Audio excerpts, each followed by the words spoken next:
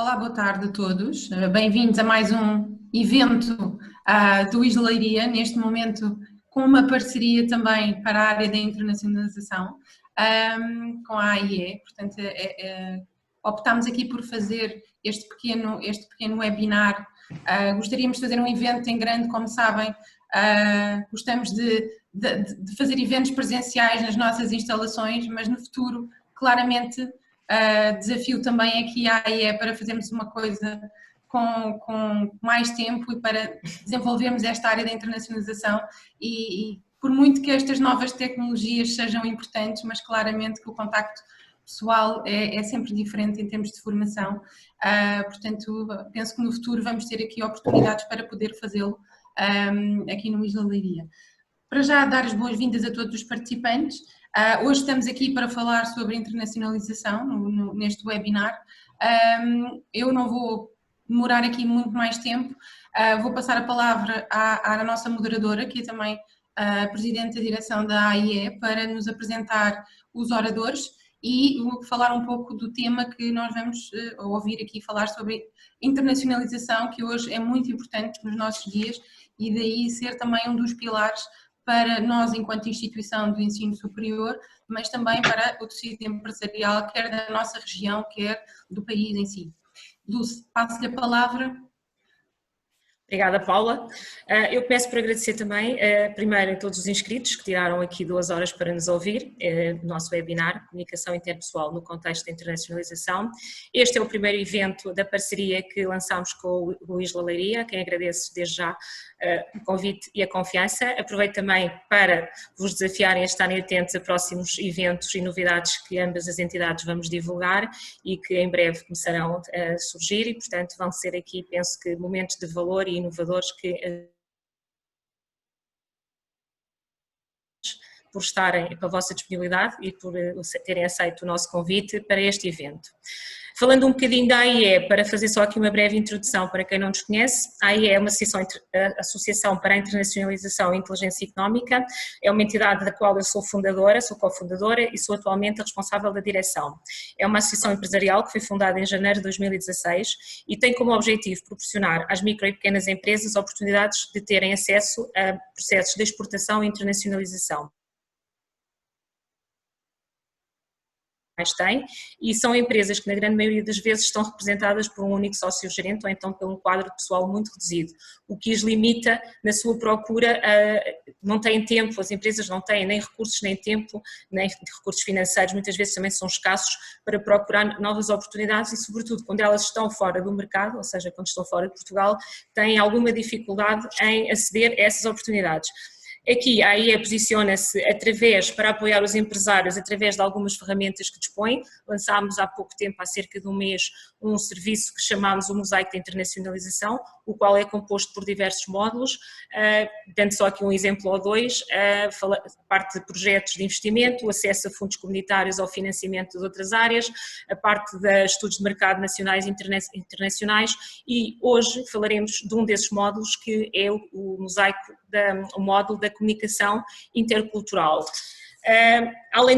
Hoje vamos falar sobre isto porque achamos que a comunicação é um dos fatores-chave no processo de internacionalização, portanto hoje temos um convidado, o Miguel Portugal, que mais tarde irá aqui falar um bocadinho sobre porque é que a comunicação é importante e pode ser um fator de chave de sucesso ou de insucesso para as empresas se internacionalizarem, quer em termos de mercado, quer em termos depois de empresa e organização.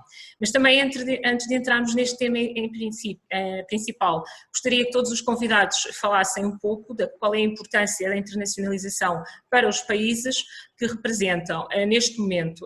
Começo pelo Pedro Neto, mas aqui não é tanto a importância da internacional para o país, mas também falar um pouco, deixei para o Pedro esta parte, porque também é uma pessoa, o Pedro é um profissional com mais de 25 anos de experiência, grande parte dos quais relacionados com processos de internacionalização e exportação também, através do desenvolvimento de missões empresariais, organização e participação em feiras. Hoje também é nosso convidado neste webinar, também como representante do ISLA, onde também é docente. Gostava que o Pedro falasse um pouco do que é para si também a importância da internacionalização no contexto global e na atual conjuntura e também quais são as estratégias que as empresas devem de adotar para se internacionalizarem, sobretudo estas que nós queremos atingir as micro e pequenas empresas.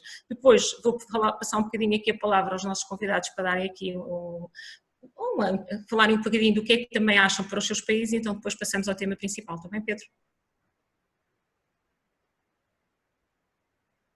Não é? Já consigo. Boa tarde a todos. Boa tarde.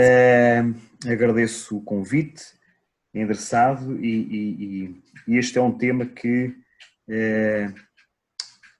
continua a ser extremamente necessário dar continuidade a debates e a falarmos sobre ele, porque efetivamente a questão da internacionalização é crucial.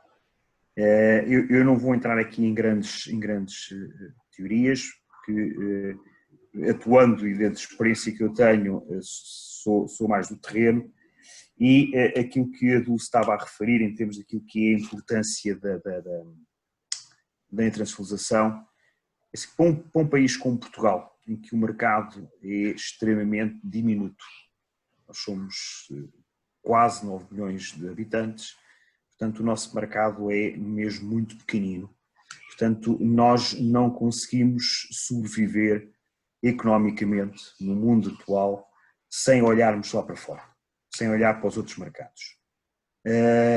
Eu recordo-me, salvo erro, que o Paulo Chong está, portanto, no Brasil, não é verdade? Uhum. Não sei em que cidade é que está. São Paulo. São Paulo. São Paulo deve ter cerca de 25 milhões de habitantes, não é? Mais ou menos. A Grande São Paulo, sim. A cidade em si, 18. Pronto, exatamente. Pronto. Ou seja, a Grande São Paulo, à volta de 25 milhões. São 2,5 vezes Portugal. Eu recordo-me que estive a fazer uma vez um estudo de mercado para uma empresa que queria vender kits de ar-condicionados para os automóveis, na altura em que os automóveis ainda não vinham com os ar-condicionados instalados por defeito de fábrica, e ele queria se internacionalizar para o Brasil e fez um estudo de mercado precisamente para São Paulo. Portanto, ele verificou que havia 4 vezes mais concessionários em São Paulo que em Portugal inteiro. E isto acarreta outras dificuldades. Que a internacionalização também nos traz.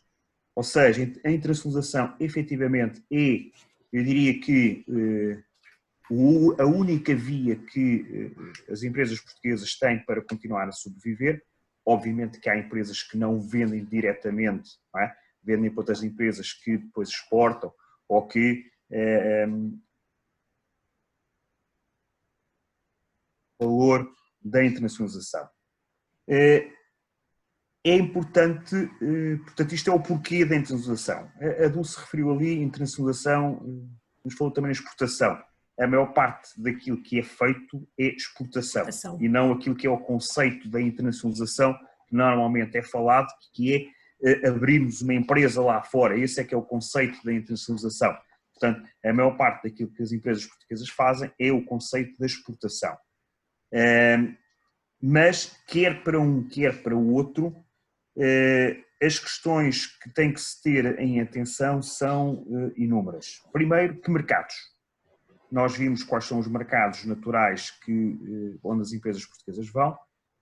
Obviamente, são aqueles onde a língua, portanto, é um fator facilitador do processo de exportação ou internacionalização. Depois temos outros erros que são feitos mesmo para esses mercados, porque falarem a mesma língua nós pensamos que são iguais a nós, já vamos completamente enganados. É o primeiro erro que nós temos. Portanto, nós somos estrangeiros nesses mercados e temos que atuar como estrangeiros.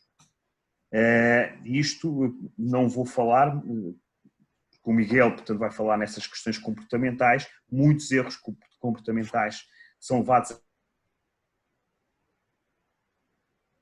que olhar primeiro que mercados. E muitas vezes nós vamos para esses mercados, às vezes são mercados difíceis, mercados de difícil recebimento, quando às vezes podemos ter produtos, soluções para mercados até mais maduros, que sejam mais difíceis de entrar, mas que até estejam mais perto e que até sejam mais estáveis em termos daquilo que é a vertente financeira em termos de recebimentos, não é? Porque às vezes outros países são difíceis de receber. Conforme a Dulce também estava a dizer, e é um dos mosaicos que, pelos vistos, que a associação tem, é preciso as empresas irem com algum grau de conhecimento para estes mercados. É preciso fazer um estudo de mercado, é preciso fazer uma definição daquilo que é o nosso plano de marketing para estes mercados, como é que nós vamos atuar, se vamos através de missões empresariais conjuntas, através de ações que são organizadas por associações, têm vantagens porque muitas vezes conhecemos organismos que sozinhos muitas vezes não temos acesso a eles, ou é mais difícil termos acesso a eles, ou se vamos à boa maneira portuguesa, este mercado da Finlândia, peço desculpa, está aqui a colega da Finlândia, aqui perto, vamos sozinhos, nós safamos, isto é o modo operandi das empresas portuguesas. Eu diria que é um dos principais pecados, também virtude, mas principais pecados das empresas portuguesas é o desenrascanço. Nós achamos que conseguimos, é aqui perto, vamos para a Espanha, é natural, vamos para a França, eu até falo um bocado francês, não é? Porque há lá tantos imigrantes, é fácil lá chegar, é extremamente complicado, extremamente complicado. E mais, estes processos de internacionalização são processos de investimento, de retorno não imediato. Normalmente a empresa portuguesa vai à espera de retorno imediato. Por isso é que ia normalmente para países como Angola, onde a perspectiva do retorno era mais imediato, se conseguissem receber. Há outros países em que tem que se, eu costumo dizer, namorar muito tempo para conseguir entrar pela primeira vez nos mercados. Estou-me a lembrar, uma vez, na Rússia, onde eu também sou vogal da Câmara de Comércio luso-russa, né? O mercado russo é um mercado extremamente complicado para entrar, mas a partir do momento em que se consegue entrar, torna-se mais fácil. Agora, é preciso muito investimento. Às vezes é 1 ano, 2 anos, a tentar arranjar o primeiro negócio. Portanto, e isto não é ir lá, sair, vir cá, como se fôssemos portanto, um caixeiro viajante. E é aquilo que normalmente nós fazemos nos processos de internacionalização. São processos de caixeiro viajante. Vamos lá fora, mesmo quando vamos às feiras, é outra das opções que, em termos daquilo que é o nosso plano de marketing, pode estar presente em termos de estratégia. Hoje em dia as feiras já praticamente não se vendem nas feiras. Antigamente vinham-se com notas de encomendas das feiras. Hoje não se vem com notas de encomendas das feiras. Vem-se com perspectivas de negócios, com perspectivas de contactos para depois serem alimentados. Isto depois leva-nos a outras questões que são complicadas e onde normalmente também nós andamos no desenrascanço, que é a nossa capacidade interna para os processos de internacionalização. Por exemplo, uma coisa tão simples como recursos humanos qualificados para os processos de internacionalização. Eu vi muitas empresas com excelentes artigos, excelentes produtos, excelentes preços, ou seja, tinha tudo de bom para poder exportar e estar internacionalizada. Foram às feiras, depois receberam contactos, demoravam a responder. Porquê? Porque não tinham ninguém com uma coisa tão simples que era com capacidade de responder em inglês. E se demoram a responder um e-mail, o que fará aquela ideia que alguns destes países, supostamente ditos mais evoluídos, não é? Dirá depois com o prazo de entrega dos produtos. Alto, primeira imagem. Portanto, isto são logo handicaps que nós temos para os processos de internacionalização. Portanto, é assim, é importante nós, as empresas apoiarem-se nas redes de contactos já existentes. Existem muitas redes de contactos, muitas vezes promovidas por associações, como aqui a nossa parceira, para a qualificar as empresas para os processos de internacionalização. Os processos de internacionalização são extremamente morosos, caros, podem trazer muitas vantagens, são extremamente necessários, mas se nós entrarmos mal num país, podemos estar a queimar o nosso mercado nesse país. Portanto, é extremamente importante nós, nos mercados internacionais, não atuarmos com a nossa velha filosofia do desenrascanço. Devemos substituir grande parte do desenrascanço por profissionalismo. Eu não me vou alongar mais, tinha 10 minutos, eu acho que consigo cumprir. Portanto, para não estar aqui a queimar tempo aos meus colegas. Obrigada, Pedro. Acho que, de facto, fez aqui um enquadramento muito importante sobre todos os aspectos, sobre e todo o que nós encontramos na maior parte das empresas que às vezes também recorrem aos serviços da associação, não é? Ou que já iniciaram o processo, ou que estão com problemas, ou que apoiamos na primeira fase e de facto, pronto, nesta sua apresentação conseguiu também transmitir tudo isso e agradeço-lhe, está bem?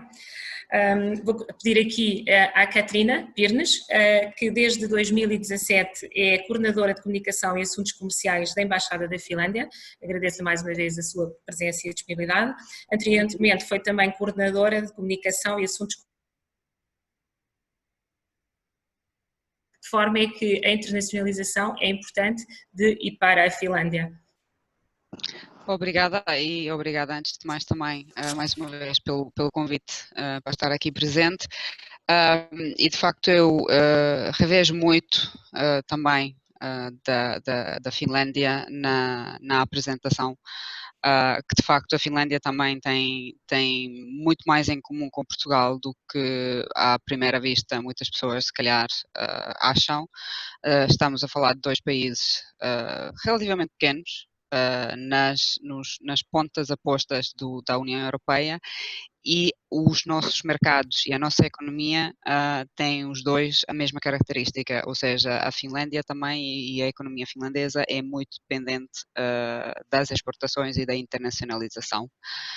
Situação que foi vista dramaticamente no princípio dos anos 90, quando se deu a queda da separação da União Soviética e de repente o primordial mercado de comércio bilateral da Finlândia desapareceu, e isso significou que tivemos empresas que pura e simplesmente desapareceram também de um dia para o outro, porque não tinham, toda a sua existência baseava-se nas exportações bilaterais. E portanto, para um mercado e para um país pequeno, de facto, a internacionalização é de uma extrema importância.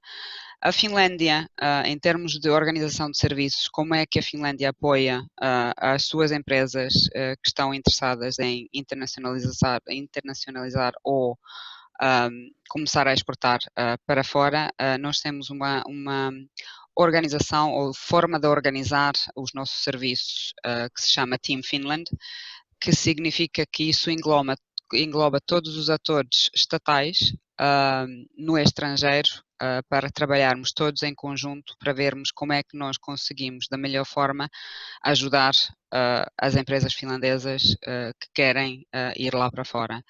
E isso significa, portanto, as embaixadas, ou seja, respectivo Ministério dos Negócios Estrangeiros, a nossa versão o nosso AICEP Portugal Global, ou seja, o nosso Business Finland, e também inclui outros atores estatais e os institutos culturais.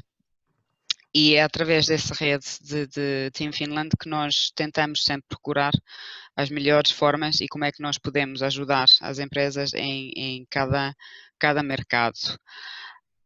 Os desafios com os quais nós também temos nos deparado e, sobretudo, o que nós, e principalmente o Business Finland, que tem serviços muito focados para as empresas finlandesas, que é precisamente a parte de estarem realmente preparados para exportar ou se internacionalizar. Quer dizer, no caso da internacionalização já estamos a falar de empresas bastante estabelecidas e com um certo tamanho. Agora, para as primeiras exportações, por exemplo, estamos a falar de pequenas e médias empresas.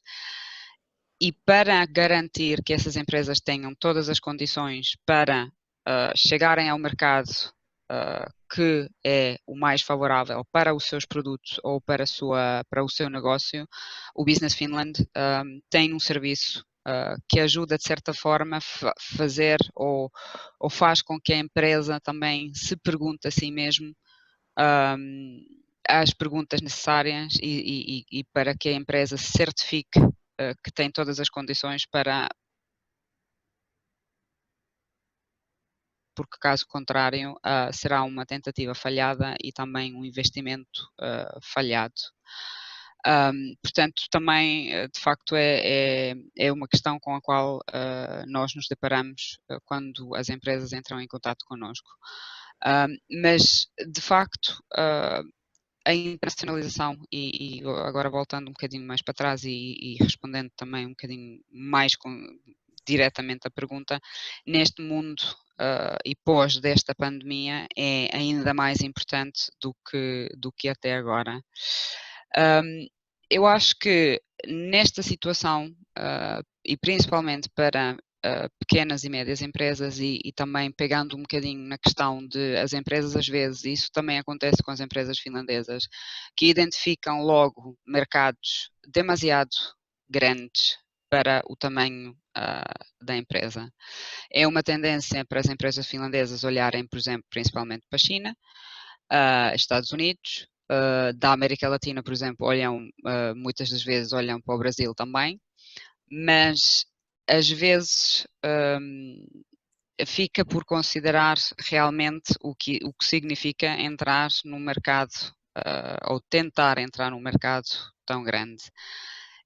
E como estamos na União Europeia, creio que nunca será demais fazer E, por exemplo, para as empresas finlandesas, o que nós normalmente e muitas das vezes dissemos, Portugal é um mercado com um tamanho razoável, principalmente se estamos a falar de uma empresa de pequena ou média dimensão, e quem está a procurar primeira, segunda ou terceiro mercado internacional para se lançar. E, portanto, Portugal é sem dúvida uma boa alternativa para isso. E também precisamente porque dentro da União Europeia, e agora falando também da cultura da operação e como entrar nos mercados, como estamos na União Europeia, a própria União Europeia facilita a entrada aos mercados. Não é preciso eventualmente ter tanto trabalho para sequer conseguir entrar no mercado. E depois também gostaria de também lançar aqui uma questão importante de considerar, é ao mesmo tempo, para além de trabalhar junto com as empresas, também trabalhar naquilo que se chama a imagem de um país, ou seja, o reforço na comunicação de um determinado mercado relativamente a um país que vai facilitar as empresas quando estão a entrar num determinado mercado, se o mercado já terá algum tipo de noção de base, como é que esse país é, como é que funciona, que tipo de cultura é que tem esse país, se eventualmente no outro mercado as pessoas costumam visitar esse país. Portanto, que haja uma imagem logo à partida que de certo, e tem uma importância também, e principalmente na parte da comunicação. Eu acho que já vou muito... Não, eu estava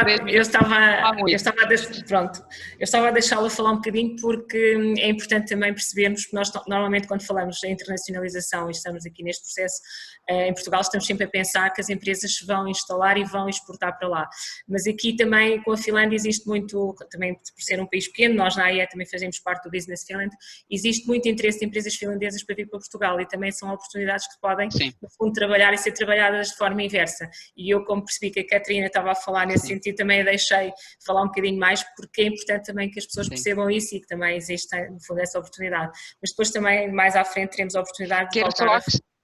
Diga. De falar e depois... Posso acrescentar só mais uma coisa?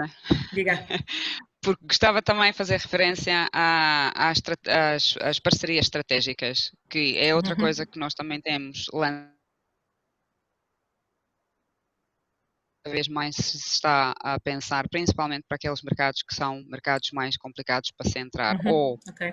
por variedíssimos motivos, ou pelo tamanho do mercado. E nesse sentido também é uma coisa que nós também temos aqui em Portugal, da parte da Embaixada e do Business Finland, temos em mente de tentarmos ver que tipo de parcerias estratégicas a Finlândia ou as empresas finlandesas poderiam estabelecer com empresas portuguesas para irem para um mercado terceiro em conjunto. Certo. Vamos deixar também ficar essa nota e ficar também aqui na minha agenda para um futuro contacto também com a Embaixada. Obrigada, Catarina, já voltamos a falar. Vou pedir agora aqui ao Paulo Chong, meu colega de direção na AIE, e que agora vou fazer uma brincadeira, Paulo, és um português natural de Macau, residente no Brasil. É mais ou menos assim, não é? É pronto. Tens vivência... É mais ou menos assim. Tens vivência em diversos continentes, portanto, és intercultural também, possuis uma vasta experiência também com mais de 25 anos ao nível de projeto construções e operações limitada no Brasil. É um dos membros da direção da AIE, como já disse, e está ligado a outros projetos de consultoria e internacionalização que desenvolve entre o Brasil e Portugal. Fala-me um bocadinho, agora mais rapidamente, porque és senhor, e as senhoras têm sempre mais tempo de antena, como é que vês a internacionalização neste momento entre Portugal e Brasil e pronto, cá de um país para o outro e vice-versa? Bom, boa tarde a todos e agradeço desde já o convite para participar neste webinar. A partilha dos portugueses com o Brasil é sempre saudável e positiva, porque o brasileiro vê de olhos vistos sempre um produto bom, como um bom produto, tudo o que vem da Europa, quer seja de Portugal, quer seja da Finlândia, por exemplo, mas tudo que é produzido fora do Brasil é sempre bom. É este o critério que o povo brasileiro atualmente reage e vê com muito carinho o português. Portanto, não só produtos alimentares como serviços, como outro tipo de atividades. O que é que é bom e o que é mau de vir para o Brasil? Bem, o país é grande, somos mais de 200 milhões. Ir daqui até ao norte, daqui que eu estou em São Paulo, não é? Daqui até ao norte, que é fazer uma pequena viagem daqui até Frankfurt,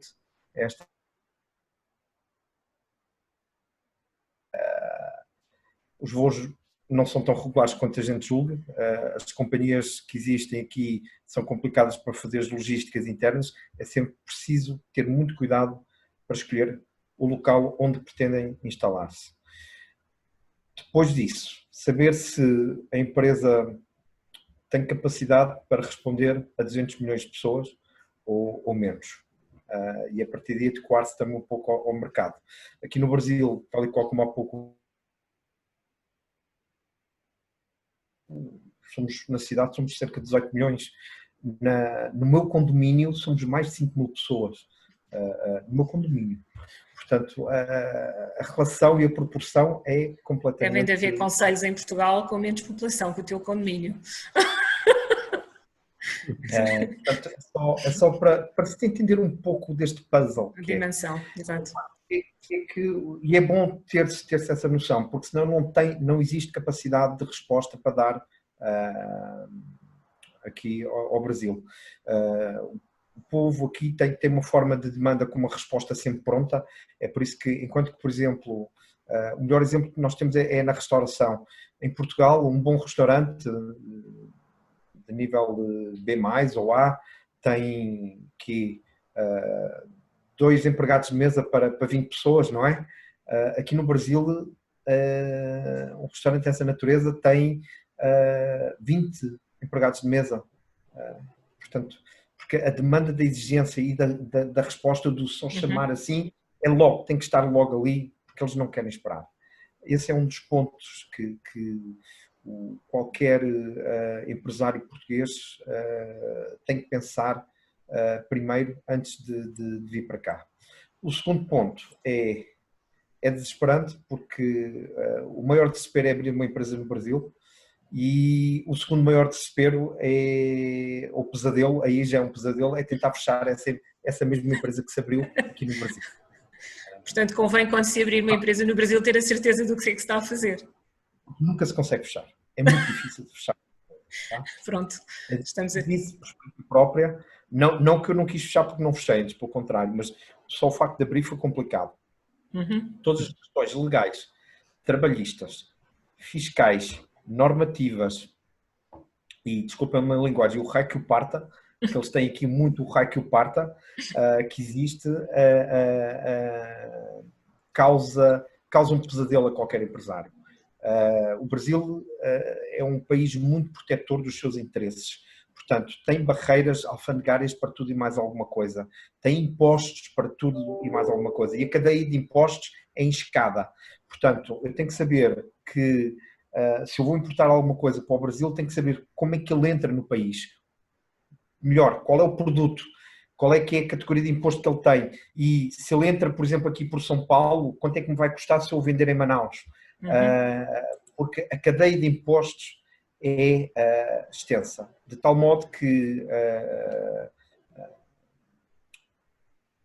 todos os meus parceiros, todos os meus clientes, todos os meus concorrentes e inclusive até as pessoas que estão interessadas a outro nível para fazer algum poder aquisitivo, me dizem assim, Paulo, quem trabalha no Brasil sabe trabalhar em qualquer ponto do mundo. Tem uma vantagem competitiva acrescida. E é por isso que os convites sempre para sair deste país são sempre bons, são sempre muito grandes e torna-se interessante até profissionalmente agora estar na posição onde estou. É claro que não vou sair daqui, gosto muito de estar no Brasil, até inclusive porque assumindo aqui a direção da Sistege. A Sistege é uma empresa que cria infraestrutura para data center, esse é o core business dela. Também fazemos outro tipo de atividades como geração de energia e afins, mas o nosso polo é este. Eu recebi este convite recentemente, estou aqui há 3 meses na empresa e tem sido de facto um desafio grande. Mas é isso que eu vos digo. Antes de virem para este país, antes de analisarem a parte cultural do samba, da cachaça, da caipirinha, do rodízio e do churrasquinho e dessas coisas, é preciso primeiro saber muito bem o que é necessário fazer aqui. Porque abrir uma empresa é muito complicado. Regra número 1, por cada estrangeiro que entra, é preciso adquirir-se 2/3 de mão de obra brasileira. Nunca esquecer este parâmetro. E são questões que depois também é importante quando se trabalha todos os processos de internacionalização. E é verdade. E a partir daí começa-se a criar uma gênese trabalhista muito grande, até porque aqui o funcionário aqui, ou o colaborador, é muito protecionista pela lei, portanto tem direito a tudo e mais alguma coisa, e o mais alguma coisa é dado em tribunal, portanto o patronato tem de se acautelar. É por isso que eu digo assim sempre, antes de porem o pé no Brasil, comercialmente ou profissionalmente falando, vejam muito bem o que é pretendido, esse é o foco. E a partir daí dá para estudar se é necessário abrir aqui a empresa ou se é necessário comprar uma empresa parceira, que se calhar fica mais barato, ou até arranjar aqui uma plataforma de interesses. Tal e qual como a Catarina falou, nós aqui no Brasil temos... começa pela Embaixada Portuguesa, depois temos o ICEP, também que está por cá, temos a Câmara de Comércio, a Câmara Portuguesa, que está também implementada aqui, só que a própria gênese de burocracia dessas entidades também gera outro tipo de conflitos aqui, tá? E depois mexe ainda com outro problema, que é, se eu vou abrir aqui a empresa, com estes parceiros todos, chegamos depois àquela parte que é a parte mais penosa. Como é que eu ponho aqui o meu dinheiro?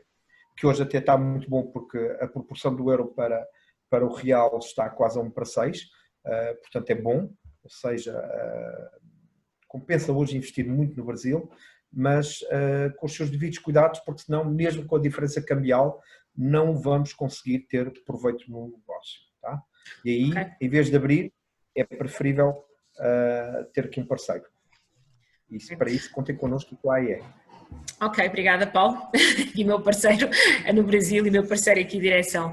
Finalmente, Carlos, o último, mas não o último, como se costuma dizer, o Carlos Dias Chaves, nosso parceiro da AIE, também desempenha desde 2014 as funções de Presidente do Conselho de Administração do Centro de Apoio ao Desenvolvimento das Relações Luso-Peruanas, CADREL, é uma entidade parceira da AIE, com sede em Lisboa, e o Carlos faz assessoria e apoio para o Peru. Agradeço também a tua presença e gostaria também que me falasse um bocadinho da importância da internacionalização para o Peru, das empresas portuguesas para o Peru ou do Peru para Portugal, porque eu também sei que existem no Peru diversos apoios para que as empresas se possam instalar através do governo e, portanto, também existem muitas das vezes processos inversos, certo? Obrigado ao Instituto Isla pela organização deste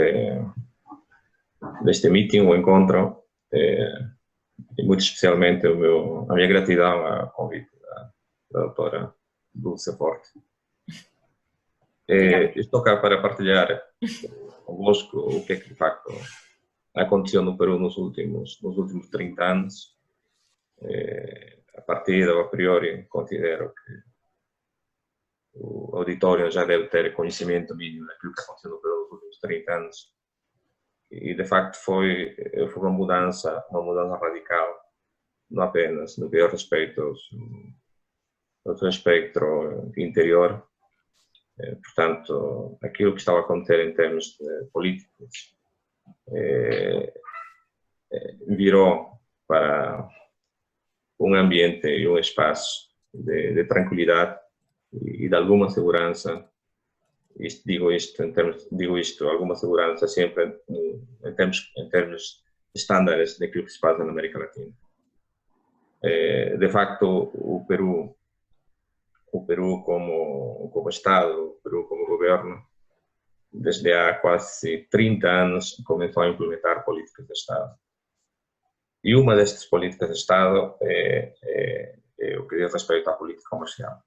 E nesse âmbito, a política comercial está a internacionalização da sua economia.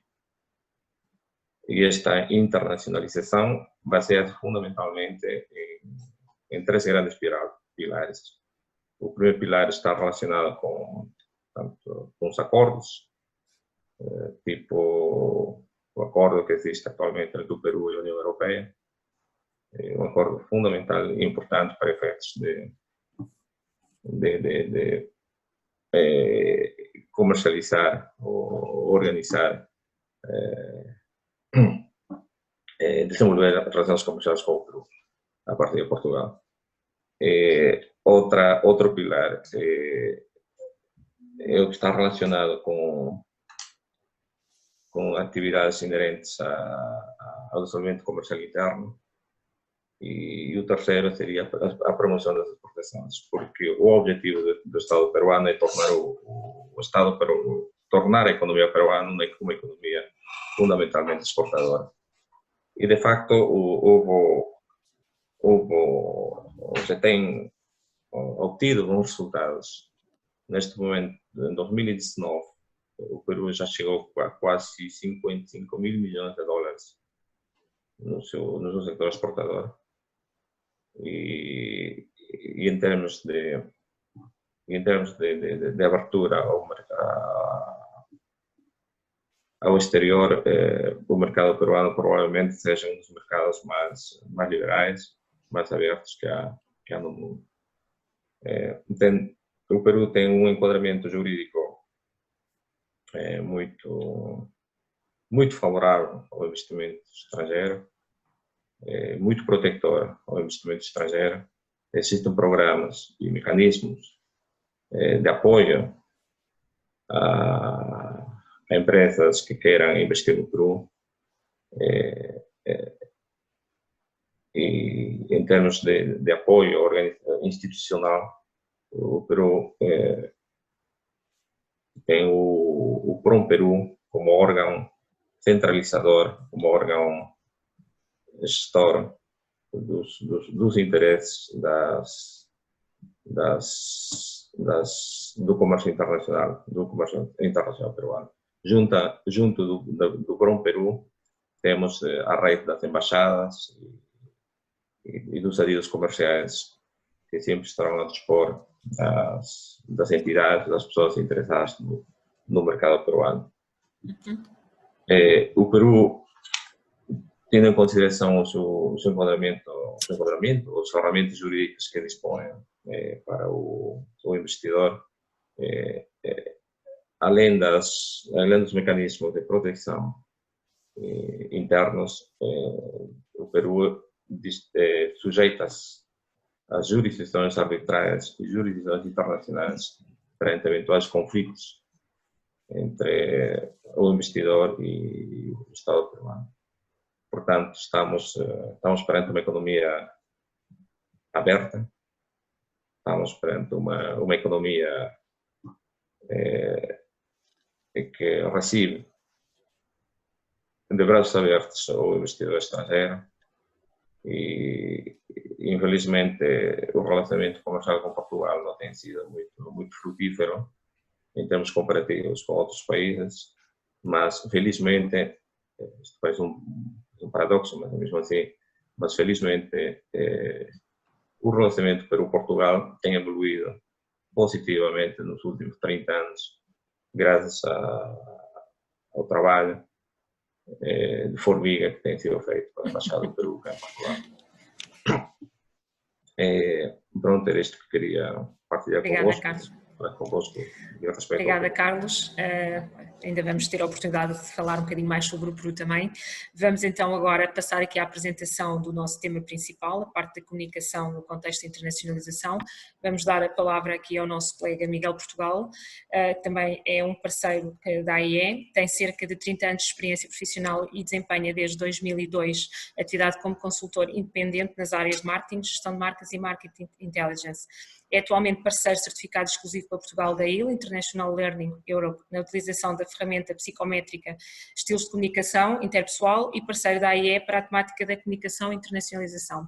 Obrigada, Miguel, por teres também aceito o nosso convite e, portanto, agora passo-te aqui a palavra para poderes apresentar e, no fundo, explicar-nos porque é que é tão importante a comunicação quando se fala em internacionalização e porque é que um processo pode ter sucesso ou não se a comunicação não for tida em atenção.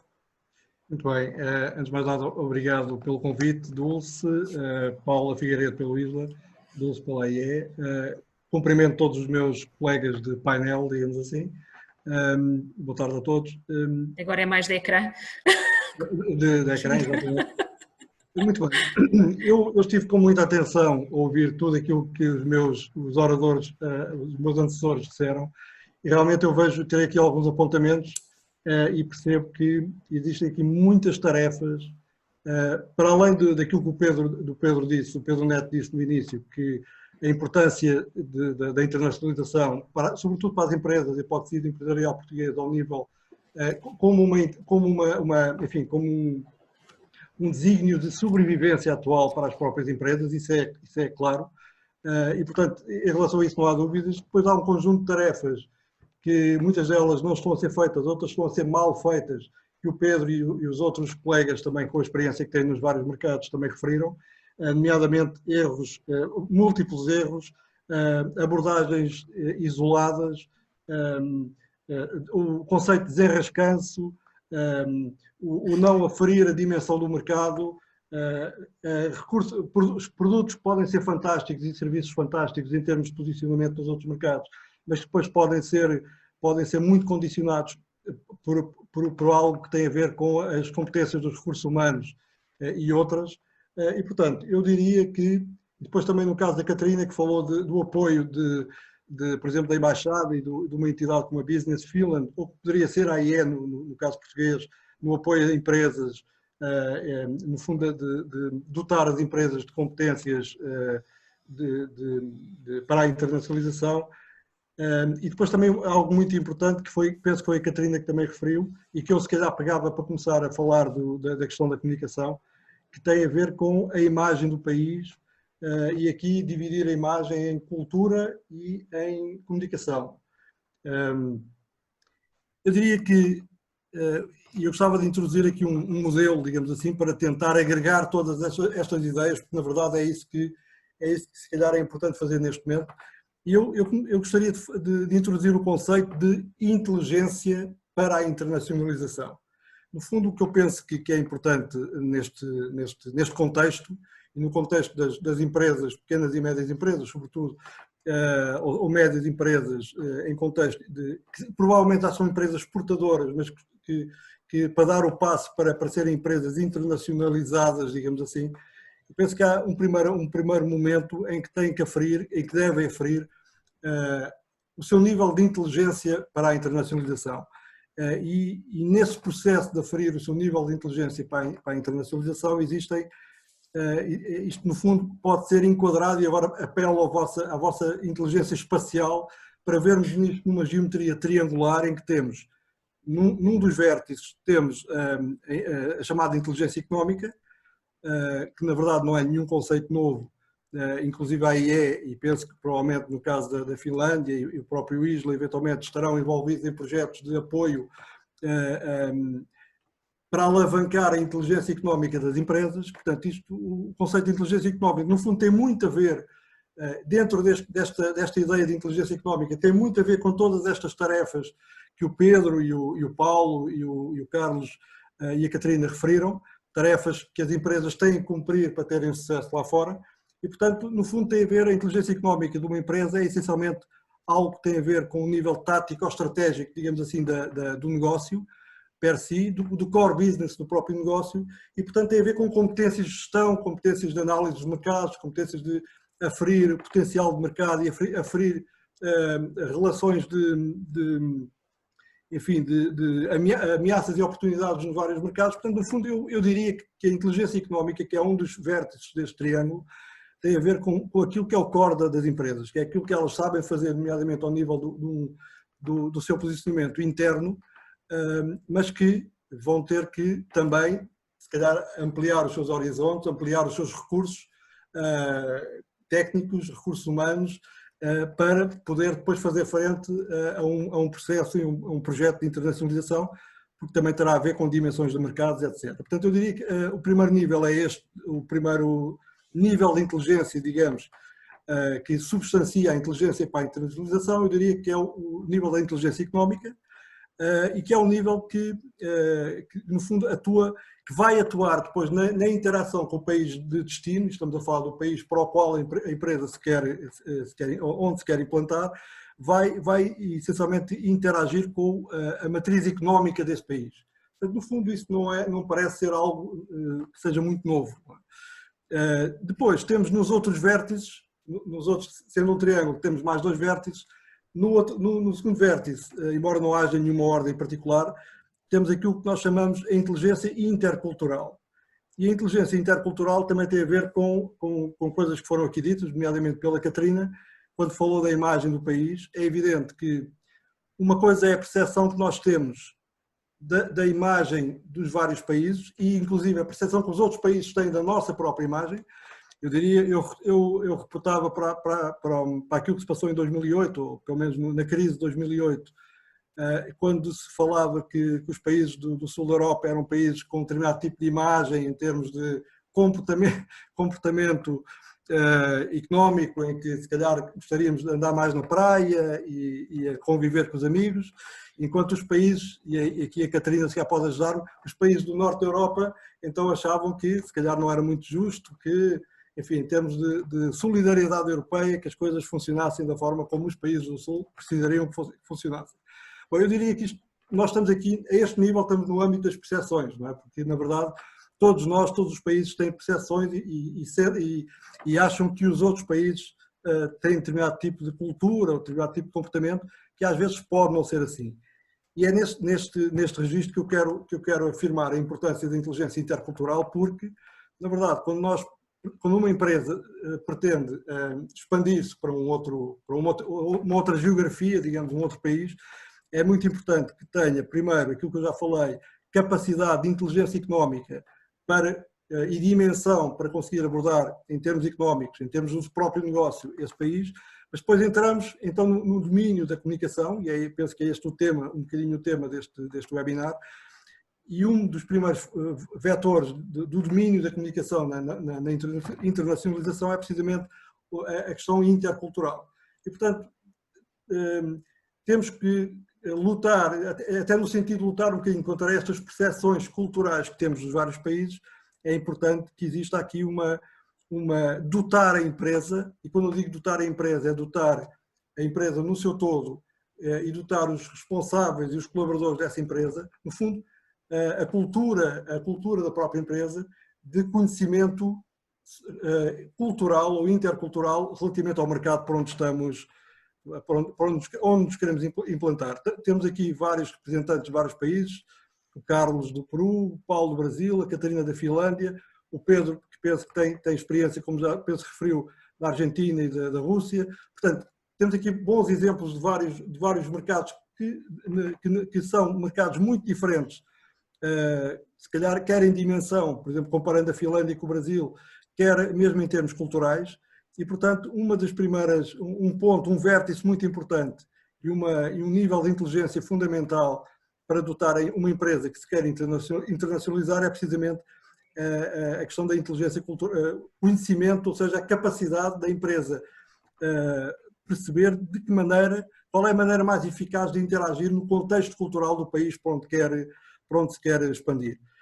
Este nível de inteligência opera essencialmente a um nível mais macro de contexto, um nível mais coletivo, porque na verdade estamos a falar de um atributo que é a cultura de um país, que é transversal a tudo o que acontece nesse país.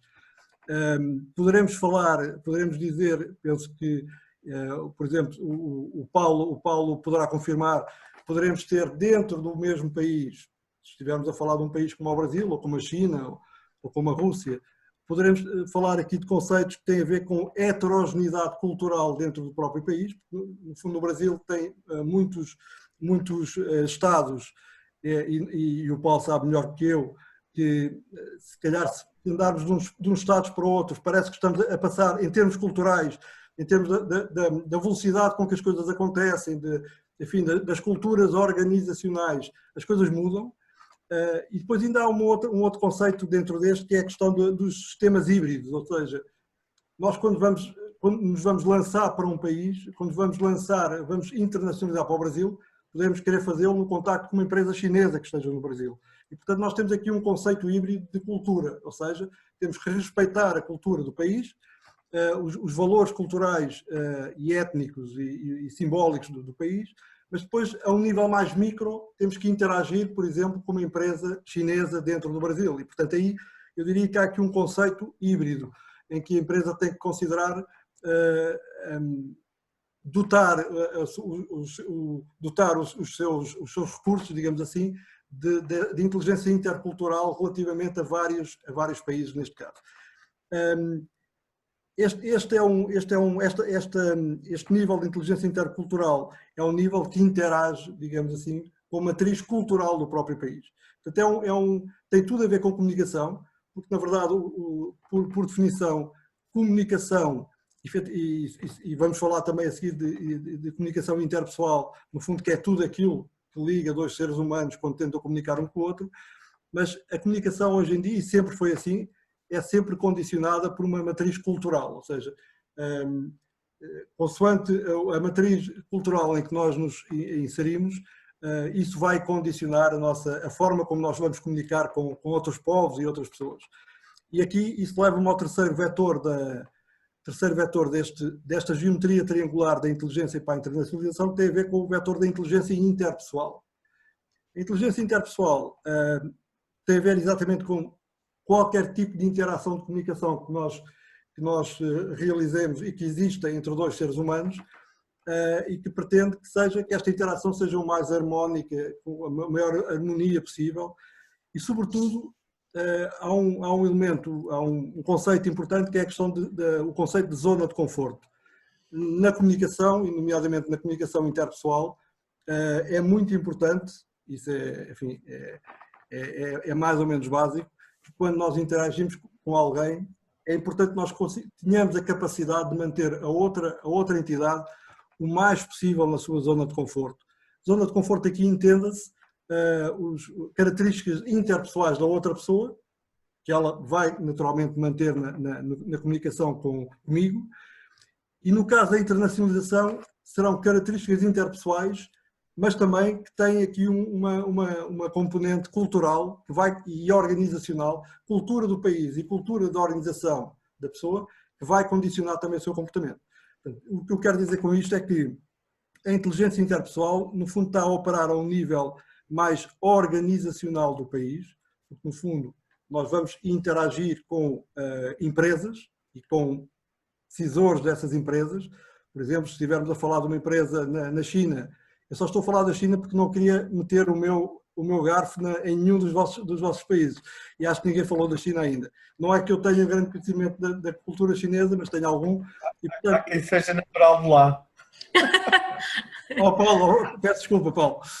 Se eu disser alguma coisa que não esteja correta, peço que me corrija. Não, eu queria dizer que, por exemplo, se nós interagirmos com decisores de empresas chinesas, por exemplo, na China, existe um conjunto de regras de convivência e organizacionais e hierárquicas dentro deste ecossistema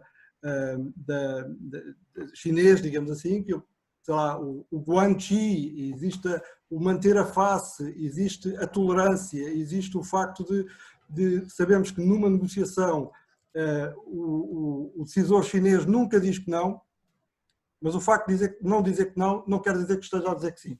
O que ele está a dizer é que talvez e a partir daí partimos de um talvez ou de um sim, mas, e depois há um longo caminho de negociação que normalmente é realmente longo e para o qual o interlocutor da empresa nacional, vamos chamar-lhe assim, terá que posicionar-se em termos de relacionamento interpessoal para não criar entropias neste contacto. Isto leva-nos um bocadinho ao conceito de estilos de comunicação interpessoal e portanto nós sabemos, eu não vos vou amassar com os conceitos de estilos de comunicação interpessoal, mas só dizer que todos nós nos caracterizamos por ter um estilo de comunicação interpessoal e é esse estilo que configura a nossa zona de conforto na comunicação com os outros. Se nós tivermos a capacidade de sermos flexíveis na comunicação com os outros e temos versatilidade social e, neste caso, cultural na comunicação com os outros, nós provavelmente vamos conseguir gerar contactos efetivos e profícuos ao nível, por exemplo, de um processo de internacionalização com a tal comitiva chinesa. Se nós não tivermos essa capacidade de mantermos os nossos interlocutores numa zona de conforto a este nível da comunicação interpessoal, provavelmente vamos criar algumas entropias. Se calhar há alguém que tem um estilo um bocadinho mais diretivo, mais dominante e é capaz de interromper a pessoa da China que está a falar, que é uma coisa que eles não gostam. Há alguém que também é uma pessoa que gosta de decisões rápidas e tem um pensamento rápido e é capaz a meio de um processo de negociação, assumir que as coisas já chegaram ao fim e começar a ditar decisões. Isso também não é bom. Paulo, confirma? Ok, acho que sim. Confirma? É terrível. Muito bem. É terrível. É morto. E, portanto, enfim, eu poderia dar vários exemplos de questões de cultura organizacional de um país, por exemplo, como a China, como acontecerá o mesmo no Brasil, na Argentina, no Peru, na Finlândia, e o que é interessante no meio disto tudo é que nós temos uma geometria triangular em que, se nós percebermos, tem vários níveis de inteligência. Temos o primeiro nível que tem a ver com a inteligência económica, que no fundo tem a ver com o negócio o negócio da empresa, toda a abrangência do negócio da empresa, que inclui a empresa no seu todo, a sua cultura, a sua missão, os seus valores, por aí fora. Temos depois a inteligência intercultural, que mantém inclusive, há aqui um coletivo, em termos da empresa nacional, que tem que cumprir, digamos, estes desígnios de respeitar a cultura dos outros países, mas depois temos num terceiro vértice, temos algo que responsabiliza as pessoas da empresa. E, portanto, se nós tivermos uma comitiva, bem sei que falámos aqui de podermos ter abordagens, foi o Pedro que falou de missões empresariais, associações, etc. E que o pior, enfim, a pior abordagem será uma abordagem em que a empresa vai sozinha para o mercado. Mas independentemente de termos missões empresariais ou associações, o que nós sabemos que vamos ter é pessoas à frente de pessoas a comunicar de um lado e do outro. E portanto, nesse sentido, há aqui uma responsabilização individual. Há um momento em que a responsabilidade é individual. E daí a importância de dotar os colaboradores e os decisores das empresas, ou das associações, ou destas missões empresariais, dotar desta inteligência interpessoal. Porque, só para fechar esta minha intervenção e dar a palavra à Dulce, o que é importante perceber é que nesta geometria triangular nós temos inteligência económica, inteligência intercultural, inteligência interpessoal, e tudo isto é uma geometria variável de influência. Ou seja, nenhuma deste tipo de inteligências vai funcionar se alguma delas falhar. Eu estou a falar num processo de internacionalização. Reparem que nós podemos, como disse o Pedro Neto no início, nós podemos ter os melhores produtos, os melhores serviços, ter feito o melhor estudo de mercado para entrar no mercado externo e depois, como o exemplo que o Pedro deu, os recursos humanos não são qualificados e, por exemplo, demoram tempo e não sabem falar uma língua como o inglês, por exemplo. E, portanto, o que vai acontecer é que nós podemos ser muito eficazes, ser muito competentes ao nível da inteligência económica, podemos ter feito o trabalho de casa ao nível da inteligência intercultural, ou seja, perceber muito bem quais são os fatores culturais do país que temos que respeitar para nos posicionarmos nesse mercado da forma certa, mas depois no terceiro vértice podemos estragar tudo, desculpem o termo, se a abordagem interpessoal, face-to-face, a um nível mais individual, falhar. Naturalmente que as coisas também não são assim tão dramáticas e não serão assim tão dramáticas, mas o que eu quero dizer com isto é que estamos a falar de vários níveis de interação e o próprio indivíduo, daí a importância de dotar a empresa, quer ao nível de competência coletiva, quer ao nível de competência individual, dotar a empresa, neste caso a empresa nacional, de todos estes tipos de inteligência, mesmo fazendo um zoom-in e fazendo sobretudo um zoom-in ao nível dos seus colaboradores e decisores. Precisamente nesta área da inteligência interpessoal, que poderíamos pensar no início de que forma é que a comunicação interpessoal e as competências interpessoais impactam realmente no sucesso ou insucesso de uma missão e num processo de internacionalização. Na verdade, impactam neste sentido. Haverá sempre uma interação a um nível micro, comportamental, individual, organizacional, entre os decisores da empresa nacional e os decisores da organização do país de destino, ou do país para onde nos queremos implantar. E, portanto, eu deixaria esta primeira ideia. É evidente que estes três níveis de inteligência podem alavancar, cada nível de inteligência destes pode alavancar os outros dois, como pode esvaziar os outros dois. E, portanto, é importante ter esta ideia de que esta geometria triangular da inteligência para a internacionalização tem que ser abordada ao nível de competências que sejam agregadas de uma forma harmoniosa e complementar, digamos assim. Nenhuma delas vai funcionar, ou a probabilidade do fracasso, digamos, é maior se algum destes vértices, digamos assim, falhar, mesmo que os outros dois funcionem. Portanto, esta era a primeira ideia que eu queria deixar. Dulce. Obrigada, Miguel.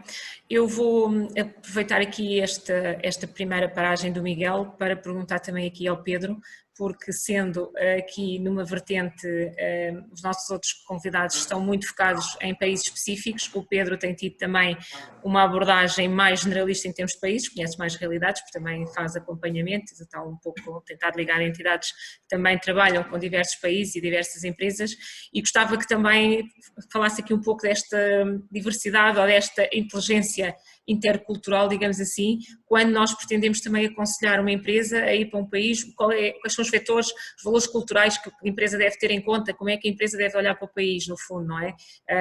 Gostava também de ouvir aqui um bocadinho a sua participação, Pedro. E também porque também está ligado a câmaras de comércio de países específicos, não é? Que também, pronto, Sim, também, sim, sim. que estão fora aqui dos nossos convidados, portanto também pode dar aqui outra visão. É esse nível, portanto, em relação quer à Argentina, quer à Rússia, portanto, que são dois mercados completamente distintos em termos de comportamento. Portanto, e aqui, efetivamente, peço desculpa que está aqui algo que está aqui a querer partilhar também algumas ideias. Aquilo que estava a referir e aquilo que foi falado até pelo Miguel, portanto, maioritariamente os erros têm a ver muitas vezes com estas questões comportamentais ou desconhecimento cultural dos países. Porque, costuma ser mais para a esquerda, mais para a direita, os produtos poderão ter o seu próprio mercado, o seu nicho de mercado. Portanto, Portugal não produz assim nada que seja completamente extravagante, que possa estar completamente desadequado a entrar em qualquer mercado. Obviamente temos que ter atenção de que há produtos que não entram em alguns mercados, não é? Portanto não vale a pena, não, por questões culturais. Eu recordo que há muitos anos atrás a própria AICEP, eu nem sei se na altura já se dizia AICEP, salvo erro que era o ICEP. O ICEP, exatamente. Acho que na altura ainda do ICEP tinham umas ações de formação muito engraçadas, que era trabalhar o protocolo da relação com os países. E isso é extremamente importante, porque aí, e normalmente eu recordo-me na altura, eu era diretor executivo de uma associação empresarial, recordo-me que as empresas não estavam muito viradas para ali. Ouvir falar de protocolo, ouvir falar de como é que eu hei de cumprimentar uma pessoa, mas isso interessa. Interessa. Eu normalmente aprendi com a experiência e visitei alguns países portanto, da esfera mais árabe, e há questões tão simples que nós podemos fazer a cumprimentar as pessoas, como levar a mão ao peito, como eles fazem, uma questão de respeito pela cultura deles, que é fácil e aproxima logo. Se nós conseguirmos perceber que nós temos familiaridade com aqueles povos, em termos de língua, que existe uma ou outra palavra que é igual àquilo que eles utilizam, é semelhante, que vem de lá. Como, por exemplo, eu recordo-me de referir em alguns países, como a Arábia Saudita ou Líbia, que aquilo que eles chamam azeitona, nós chamamos azeitona. Portanto, e só estas questões tão simples, tão pequeninas, faz com que eles sintam que nós possamos ser meios irmãos. E isso desbloqueia meses e meses de negociação, portanto, porque nestas questões de relação internacional, aquilo que é essencial é termos confiança com a outra parte. E nós estamos, muitas vezes, na maior parte dos países, aquilo que nós para entrarmos lá tem que ser através de parceiros locais. Não vale a pena estarmos a pensar noutro formato. E os parceiros locais, eu costumo dizer que é como um casamento, não é? Tem que se alimentar, não é? Com confiança entre as partes. Porque senão há o divórcio. É tão simples quanto isto. E isto é algo que não é bem conseguido. Portanto, é este nível. Lá está, é o tal desenrascanço. Nós vamos para Moçambique, que é um país que eu gosto muito. Eu acho que não tem economicamente uma pujança, nem as empresas possam pensar que vão retirar de lá grande dinheiro, porque aquilo é um mercado economicamente muito pequenino, não é? mas depois erramos porque achamos que continuamos a ser donos daquilo. É errado, portanto, a maior parte dos erros são erros comportamentais, não são erros de produto, porque aí os estudos de mercados fazem-se, é preciso ir para a Inglaterra, nós sabemos que aquele produto precisa levar aquela certificação para entrar no mercado inglês. Agora, à primeira vez, chegamos atrasados à reunião, os ingleses cortam logo. Portanto, e é nestas pequeninas coisas que nós levamos ao insucesso da internacionalização.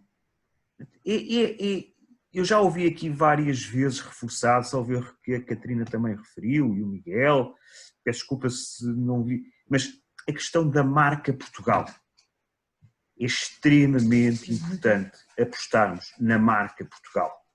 Se nós olharmos para a Suíça, os produtos da Suíça, só por terem aquela cruzinha da Suíça, já vendem por ter aquela cruz. A marca Portugal não vende. Como dizia lá o nosso parceiro da União Europeia, da Holanda, não é? Portanto, em que os portugueses só gostam, não sei o que é que ele disse, portanto, mas não me interessa, porque também não é bem assim. Portanto, mas é esta imagem que nós transmitimos lá fora. Portanto, nós precisamos de trabalhar muito mais nos mercados para conseguir os mesmos resultados que outros povos conseguem de uma forma mais célere. Porquê? Porque tem uma imagem do país que ela própria já vende. Nós continuamos a ter esta necessidade. E depois é a nossa mania do individualismo. Portanto, e nós estamos aqui, portanto, com a Dulce, pertence a uma associação, eu também pertenço a várias associações, não é? E aquilo que existe em Portugal é tudo menos associativismo. É individualismo. Portanto, eu acho que consigo sozinho. Eu cheguei a estar num ou outro processo para algumas empresas, processos extremamente interessantes, bonitos, de criar uma central de vendas. O que se fala mais é central de compras. Central de vendas. Partilhar esforços comerciais para estar num determinado mercado. Poupar financeiramente investimentos. Não dá. Eu não vejo um a resultar. Porquê? Porque acham que quem vai lá estar, o delegado comercial que vai lá estar, há de tender mais para um parceiro do que para o outro. E depois eu também estou a pagar, as empresas depois acham que, por terem de lá um delegado comercial, que ele faz tudo sozinho. Não, nós temos que olhar para estas pessoas com uma laranja com sumo lá dentro. E nós temos que saber ter arte de espremer a laranja. Tirar o sumo e o conhecimento que essas pessoas têm. E nós desaproveitamos estes conhecimentos que existem e estas competências. Portanto, eu não sei se respondi um bocadinho àquilo que ele disse. Sim, no fundo juntou aqui vários conceitos, mas sim, é importante, penso que neste debate que também queremos tornar aberto e o mais participativo, acho que sim que é importante, e eu própria tive uma experiência desse género em 2014 no Médio Oriente, no Kuwait, em que tentei juntar várias empresas para venderem produtos para lá, para uma cooperativa, produtos alimentares, e em que se chegou à conclusão que Portugal não tinha capacidade, porque não conseguimos juntar produtores de vários produtos alimentares para, portanto, depois o Brasil e a China foram os fornecedores que forneceram o mercado, porque era um mercado tão grande que nós não conseguíamos, e a dificuldade não foi, nós não conseguimos foi juntar diversas empresas produtoras de alguns produtos alimentares que se quisessem juntar para vender no mercado, porque cada uma queria no fundo ir sozinha e não conseguia, não é? Portanto, nós somos pequenos, nós temos que nos juntar. E temos muita dificuldade em trabalhar fora da nossa quinta, do nosso quintal. Portanto, o meu quintal Eu diria que aqui, pegando aquilo que o Pedro disse, aqui tenho mais uma componente para meter nesta geometria triangular, mas é numa lógica mais nacional, que é no fundo nós incrementarmos a nossa inteligência intercultural e organizacional e interpessoal, mas é entre os players nacionais, digamos assim. Antes, se calhar é uma tarefa prévia, antes de querermos sair lá para fora, é criarmos aqui um triângulo de geometria variável, mas nacional, no âmbito nacional, em que incrementamos realmente a nossa inteligência de cultura de participativa e cultura de colaboração, e também de relacionamento entre empresas, como tarefa prévia para conseguirmos depois sermos mais efetivos e mais eficazes nos mercados lá fora. Esse é um bom desafio, mas é um desafio, eu diria, ingrato, porque nós continuamos a ter as pessoas a trabalhar de uma forma individual e a não desenvolverem, portanto, esta ideia de que para me internacionalizar, o meu vizinho, aquilo que é meu concorrente no mercado português, no mercado internacional, ele é meu parceiro, ponto. Sim. Portanto, mas essa é uma questão muito difícil ainda de nós tentarmos. Extremamente complicado. É cultural. O português é assim. Se nós olharmos para a nossa vizinha Espanha, dentro de Espanha andam todos na guerra, quase, uns com os outros, mas assim que eles saem para fora do país, e nós estamos cá aqui na América Latina e sabemos disso, não é? Eles quando saem, nossa, estão todos ali bem abraçados e unidos. O português não faz isso. É verdade. É cultural, ponto. É cultural. Basta ver que muitas das vezes nós, se estivermos em feiras internacionais, acabamos por ver, nós na AE temos um conceito de feira low cost. O que é que nós tentamos fazer?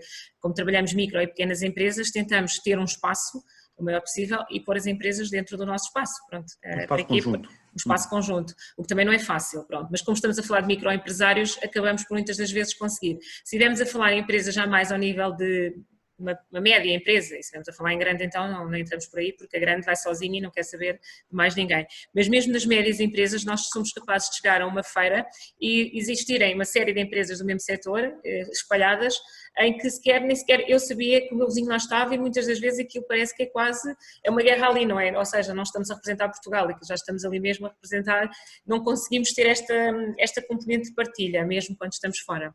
E isto depois também se nota, não é? Acaba por muitas das vezes podiam-se até, mesmo as médias empresas, usarem esses recursos, pouparem recursos financeiros e terem no fundo até áreas maiores e terem mais representatividade, fazer os chamados pavilhões. Agora também já existem algumas feiras que providenciam isso e algumas associações, de alguma dimensão, também de maior dimensão, em que criam os chamados pavilhões de Portugal ou stand de Portugal e já começam a conseguir levar alguns grupos de empresas dos mesmos setores e criar essas áreas, o que também é importante porque aí, mais uma vez, e como disse a Catarina, reforça-se a marca Portugal. Porquê? Porque quando se vê-se um stand de Portugal, não se vê uma empresa portuguesa numa ponta, no pavilhão A, no B e no C, e acaba por ser essa imagem também. Paulo, queres dizer aqui, se eu quiser levar um empresário para o Brasil, o que é que ele tem que ter em atenção aí em termos culturais? Bom, aí pelo menos pode beber vinho. Se for para o Médio Oriente já não bebe vinho. Aqui pode. É complicado. Ele tem que saber mesmo por onde vai, porque aqui o Brasil é extremamente complexo e dispersivo. Uhum. Tanto se faz reunião de fato e gravata, não é?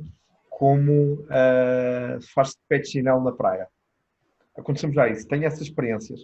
As primeiras reuniões que eu tive no Brasil, algumas, e aí todo engravatado e sei lá mais o quê, e de repente fui para o norte, para Sergipe, para a cidade de Aracaju, e a primeira reunião que eu tive lá teve de ser na praia.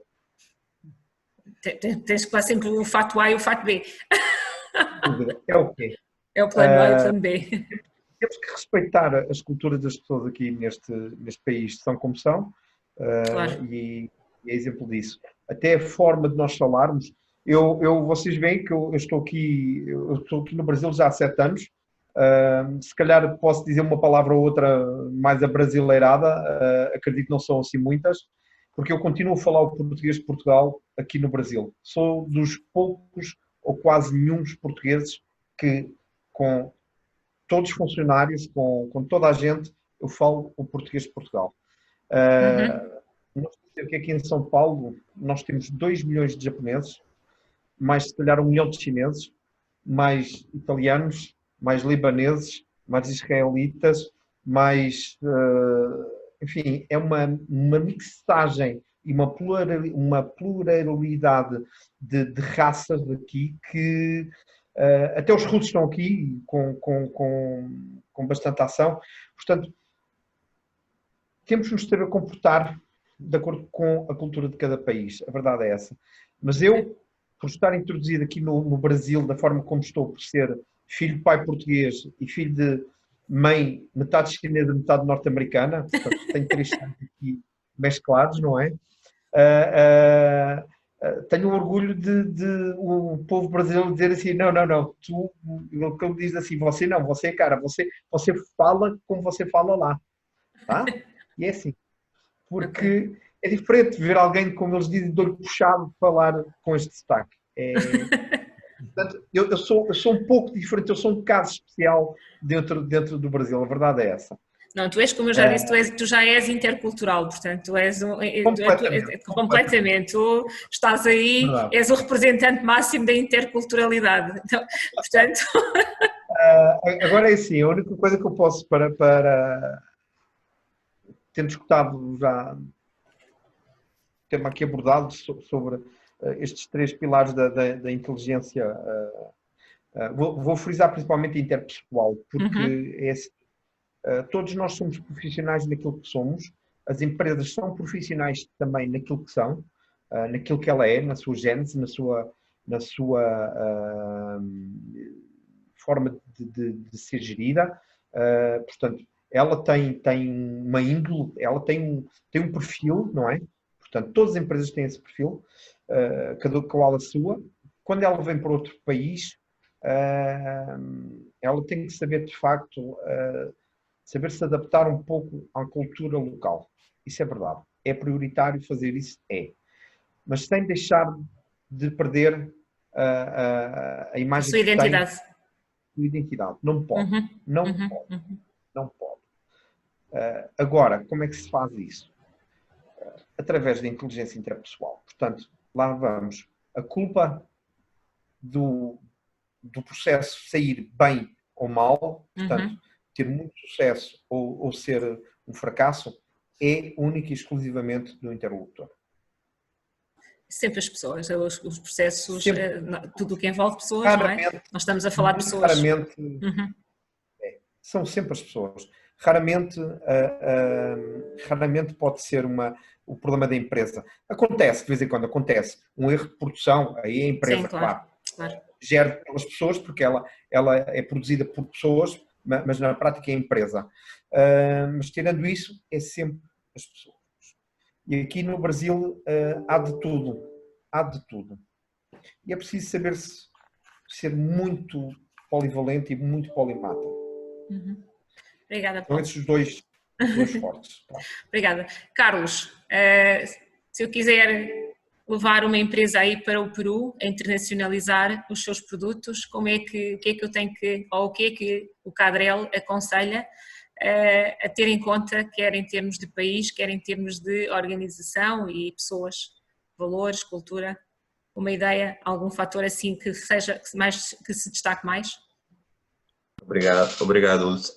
Enquanto ouvia a partir da experiência e conhecimentos do Miguel, do Pedro e do Paulo, de facto a adaptação é muito importante para eles poder facilitar e aproximar-se do nosso interlocutor comercial ou negocial.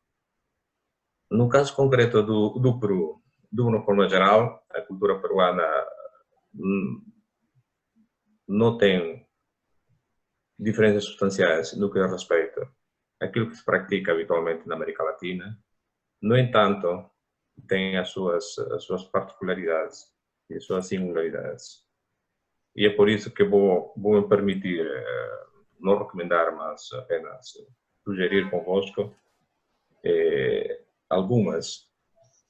Pronto, nós podemos fazer uma lista e podemos passar cá neste vídeo muito tempo a falar acerca disso, porque há muitas vertentes, há muitas formas de explorar esta lista, mas queria começar pelo diagnóstico e pelo trabalho que a empresa deve fazer cá em Portugal, porque a partir de aí é que poderá pôr em prática esta abordagem lá no Peru. O que é que de facto a empresa pretende, qual é o canal que pretende utilizar no Peru, qual é o método de abordagem e o que é que de facto pretende obter em termos de resultados.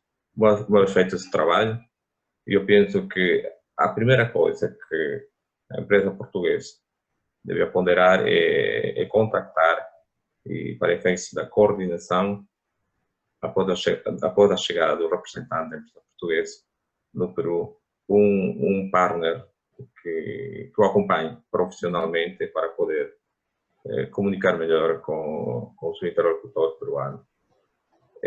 Uma segunda sugestão pronto, é o domínio da língua. Estamos a falar do castelhano, o espanhol, que acaba de ser a mesma língua, ou inglês, embora o domínio, a preponderância do castelhano é determinante como língua veicular para fazer negócios no Peru. Uma segunda, uma terceira, diria eu, uma quarta na qual eu posso abranger algumas outras, que tem muito a ver com o fator sociológico do negociador peruano. É preciso interiorizar estas características para poder entender e poder aproximar-se do negociador peruano. A primeira característica seria o regateio. O negociador peruano gosta e põe em prática portanto, esta filosofia do regateio. Por vezes pode parecer exagerado e por vezes pode parecer extremista, mas é uma prática habitual no Peru. Uma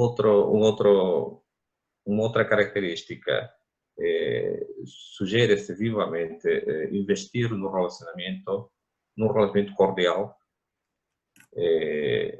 Tanto a agressividade não é uma boa conselheira neste tipo de Comunicação. relacionamento. O ambiente informal faz parte do dia a dia do fazer negócios no Peru, embora isto também pode se relativizar, porque muito dependerá também o feedback do interlocutor da empresa portuguesa. No caso de ter que negociar com a administração pública, é óbvio que esta informalidade, numa primeira fase, acaba por ser portanto, um enquadramento extremamente formal. E a condução do negócio, a condução do processo negocial é exclusivamente intuitiva. O negociador peruano, aliás, é um dos grandes problemas deste momento. Aliás, desculpe, tal problema da língua. Este problema da intitutividade do negociador peruano classifico como problema porque é uma das situações complexas que atualmente se debate a administração pública peruana e a economia peruana no seu contexto, no contexto geral. O facto de ser instituído, por um lado, tem alguma vantagem, mas tem muitas desvantagens que, em casos concretos, acaba por prejudicar a pessoa que o pratica permanentemente. Mas pronto, mas é uma característica sociológica do negociador do Peru. E outra para complementar, há muitas, como eu já disse no início, é o tipo de cultura que é praticada no Peru. É uma cultura emotiva e expressiva. E eu praticamente estou para esta característica, talvez o facto de estar cá na Europa há mais de 30 anos me tem diminuído, mas o peruano, no geral, é uma pessoa extremamente emotiva e expressiva.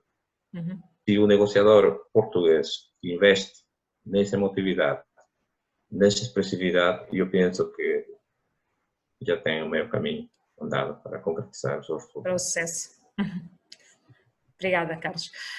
Catarina, como especialista de cultura da Embaixada da Finlândia, o que é que nós podemos aconselhar às empresas, agora as empresas portuguesas, levá-las para a Finlândia? O que é que têm que ter em atenção, quer em termos de país, quer em termos de comunicação organizacional ou pessoal? Até porque também o finlandês também tem algumas características específicas, não é? A própria pessoa, o próprio cidadão. Portanto, o que é que também nos aconselha, ou o que é que nos pode deixar aqui de nota para podermos também aconselhar as nossas empresas? Eu tenho estado aqui a ouvir e pegando nota da emotividade. Eu acho que os finlandeses tipicamente é o extremo oposto disso tudo. Só razão, não há emoção. Sim. Embora estes anos todos vividos em Portugal, também consigo e posso afirmar que os portugueses não são assim tão diferentes dos finlandeses, e pelo que encontrarem um bom meio caminho para uma boa ligação interpessoal e intercultural nos negócios, e quando se cruzam pela primeira vez numa mesa de negociações, não é de todo tão difícil como eventualmente alguns portugueses poderiam imaginar. Mas eu vou só dar um rápido exemplo que eu acho que por si diz a essência da mentalidade finlandesa, que há alguns anos atrás, num centro comercial na Finlândia, já existiam destes sacos reutilizáveis para as compras. E, portanto, os sacos estavam no centro comercial, nos vários pisos do centro comercial, que os centros comerciais na Finlândia são um bocadinho como o El Corte Inglês, ou seja, é tudo espaço aberto e, portanto, as marcas são vendidas em várias secções dentro desse espaço aberto. Uhum. E, portanto, havia vários sítios com estes sacos para venda ao público e com a respectiva caixa para onde se podia pôr depois o valor equivalente que valiam, portanto, creio ter eventualmente sido 1 euro ou 2 euros. E nenhuma das duas coisas, ou seja, nem os sacos de reutilizáveis para as compras, nem a caixa para onde se punha o donativo, por assim dizer, ou o pagamento da respectivo saco, estavam fechadas com alguma coisa. Ou seja, podia, não sei, eventualmente possa ter havido alguém que de vez em quando roubava ou os sacos ou roubava o dinheiro que as pessoas punham na caixa antes de pegar num saco, mas eu acho que isso diz ou descreve muito bem a característica essencial dos finlandeses, que é a confiança. Uhum. Os finlandeses desde cedo aprendem a confiar tanto no seu Estado, nas entidades estatais, como, portanto, ao funcionamento da sociedade, e faz com que é uma das características que descreve e das características mais importantes para os finlandeses. E isso traduzido para uma mesa de negociações ou um resultado, por exemplo, para um negócio, para o finlandês a característica mais importante é a confiança e, portanto, saber que se houver um negócio, se há uma assinatura de um contrato e depois se estabelece um plano de ação com um certo timeline, por assim dizer, que isso é tudo para se cumprir e para que, portanto, ambas os lados de facto cumprem aquilo que prometem cumprir. E eu estive a tomar aqui estive a só fazer uma lista de alguns conceitos e noções que de facto para os finlandeses são importantes, que é a transparência, a fiabilidade, a confiança, o respeito, a credibilidade. E a outra coisa que talvez é característico para nós e para a nossa sociedade são as nossas baixas hierarquias. Podemos praticamente, e pode-se praticamente encontrar na internet um e-mail direto ou um número de telefone direto quase ao primeiro-ministro. Isso significa que o grau de entrar em contato com as chefias, por exemplo, dentro das empresas, é muito baixa. E é suposto ser muito baixa. As chefias, portanto, a diferenciação, por exemplo, e a hierarquia dentro das empresas é relativamente baixa. E a mesma coisa é quando se começa a comunicar no mundo empresarial na Finlândia. Normalmente, por exemplo, os nossos e-mails, aquelas cordialidades do princípio praticamente não existem. E eu acho que é uma das coisas que as pessoas que, por exemplo, se vêm de outros países com outro tipo de experiência, são capazes de notar que os finlandeses vão diretamente ao assunto, porque essa Exato. é outra característica para os finlandeses, que o que interessa é resolver a questão colocada, o problema, ou eventualmente ver como é que se consegue avançar para a fase seguinte da situação. E isso são também características, e às vezes somos muito diretas também, e portanto é sair diretamente ao assunto e cingir aos factos e ao essencial, às vezes também faz de nós parecer que somos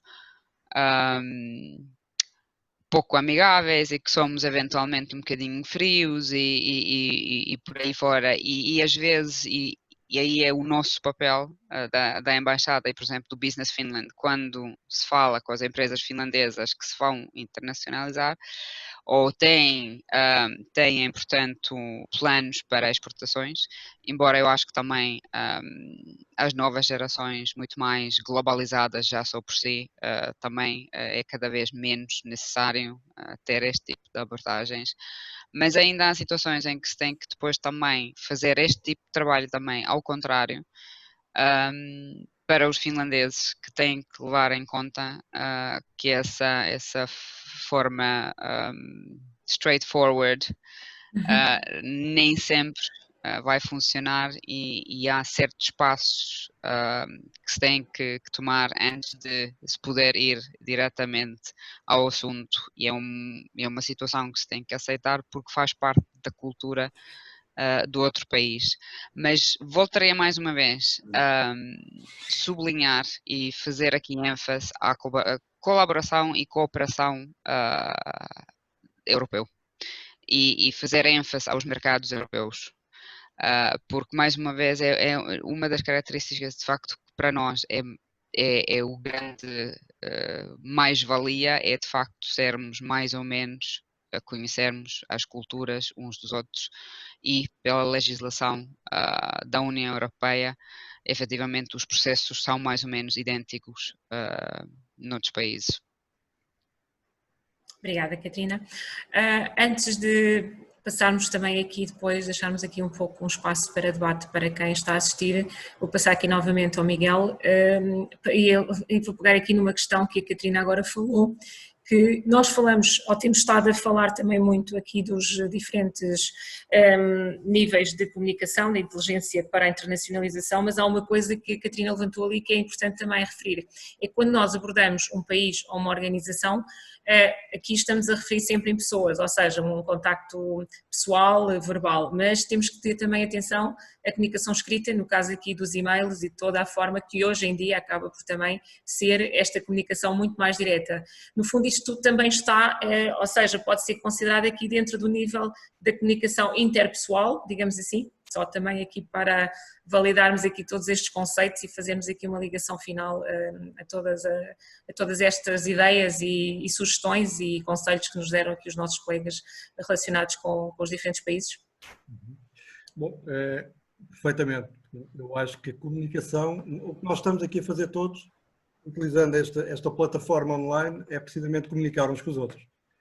As regras que eu se eu tivesse, voltando ao meu, desculpa Paulo, voltando ao meu exemplo do empresário chinês, se eu tivesse um empresário chinês desse lado, eu estivesse numa videoconferência com esse empresário, eu teria que respeitar exatamente todas as regras que respeitaria se estivesse na presença dessa pessoa, face to face, a meio metro de distância, ou vamos manter a distância social a 2 metros, eu teria que respeitar exatamente as mesmas regras.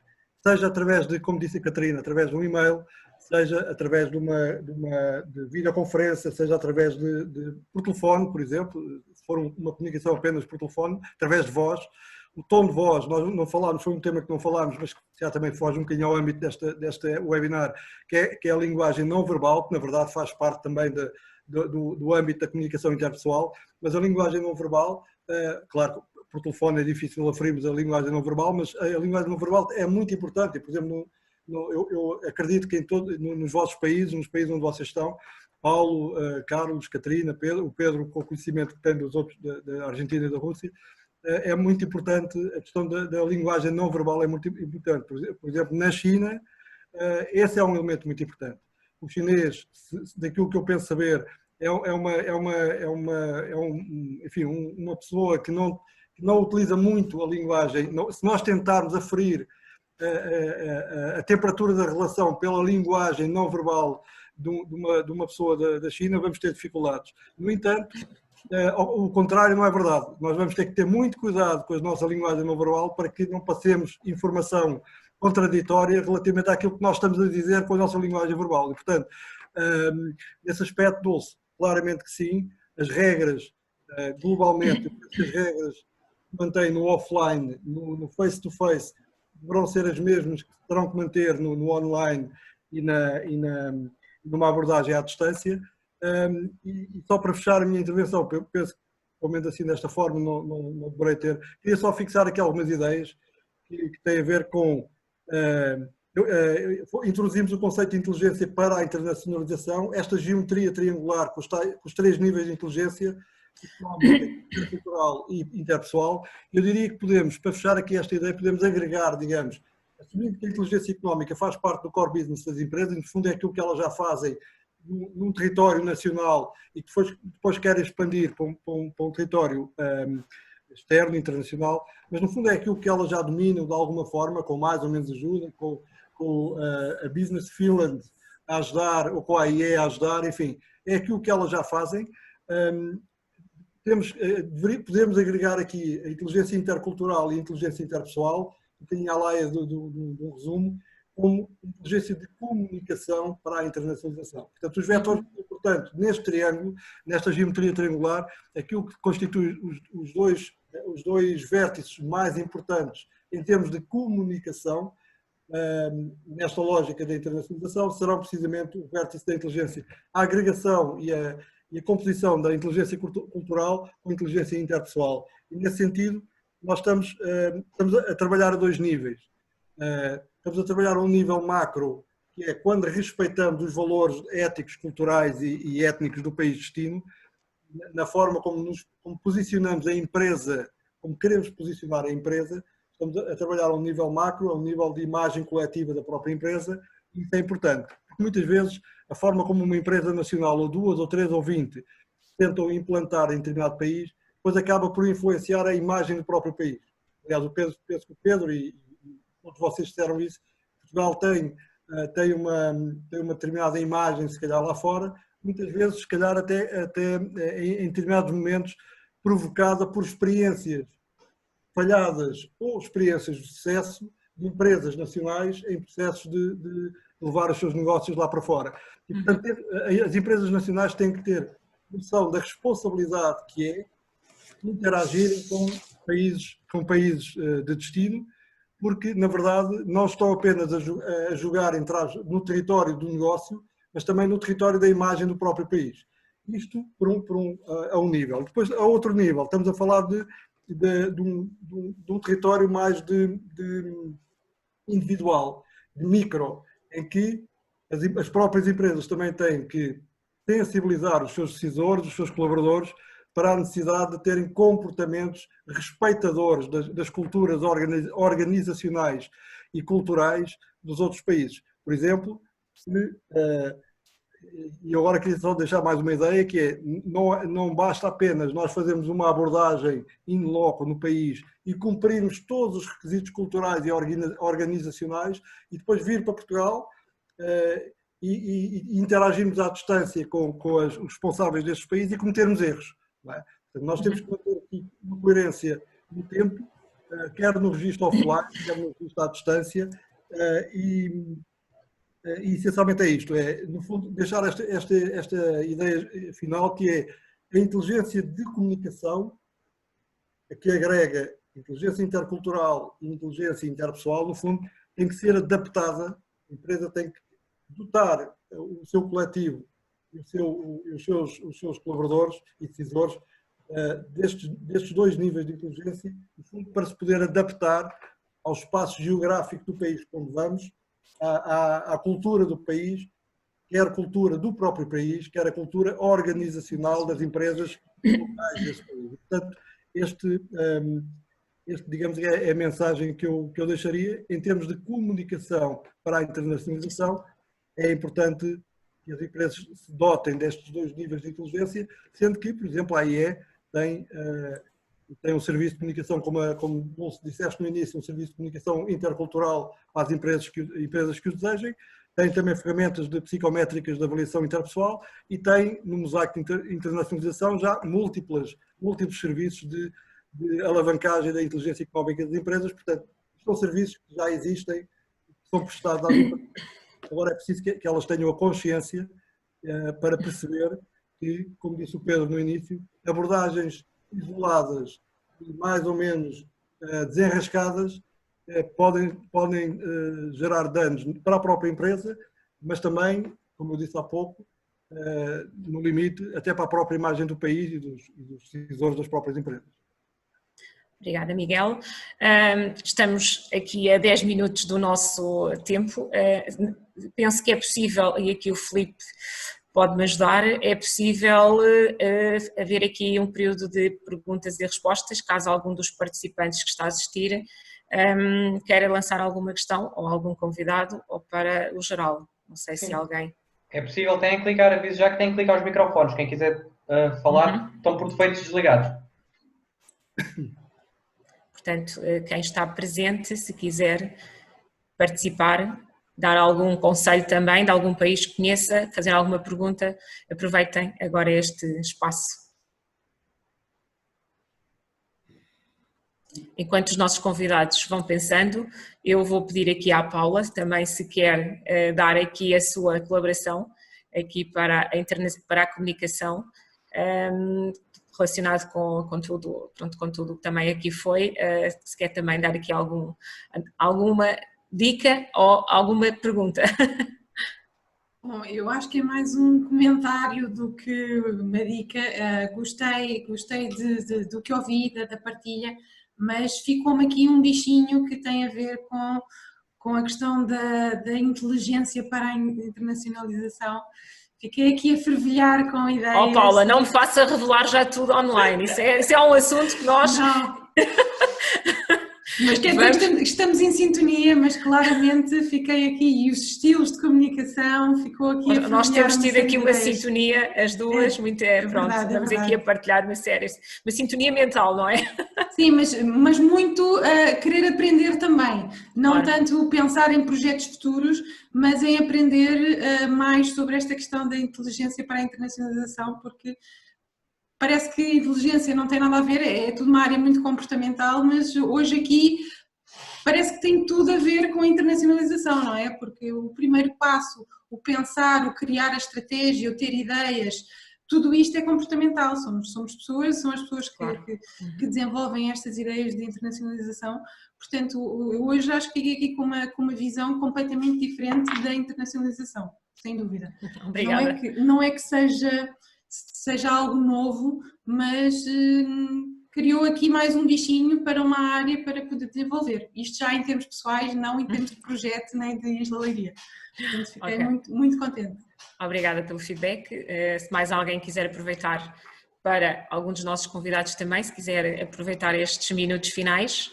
Eu, se não se importar, gostaria de fazer uma intervenção. Boa tarde, Alexandre. Sim, olá, estamos a ouvir. Bem, eu aqui estou não na perspectiva empresarial diretamente, porque eu colaboro atualmente numa instituição de ensino superior, neste caso no Politécnico de Leiria, e tenho também a pasta da internacionalização. Portanto, nós trabalhamos muito com muitos países a nível global. Temos nosso negócio neste contexto tem muito a ver também com a captação dos estudantes internacionais.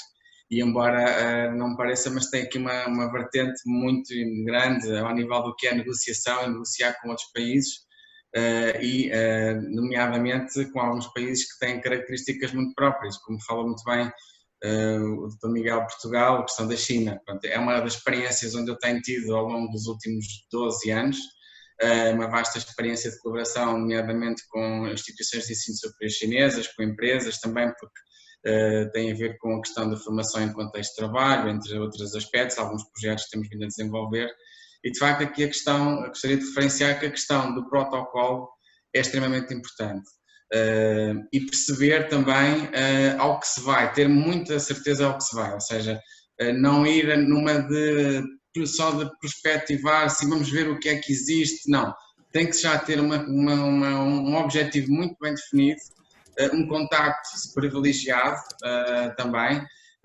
Depois a questão da língua, e isto em qualquer país é extremamente importante. É verdade que hoje em dia o inglês é a língua universal em termos de comunicação, contudo, quando em algumas situações mais específicas é necessário conseguir uma comunicação mais fluente, é importante ou ir acompanhado, caso não domine a língua, com um intérprete, isso facilita imenso, ou caso contrário, portanto, dominar a própria língua, então isso será o ouro sobre azul.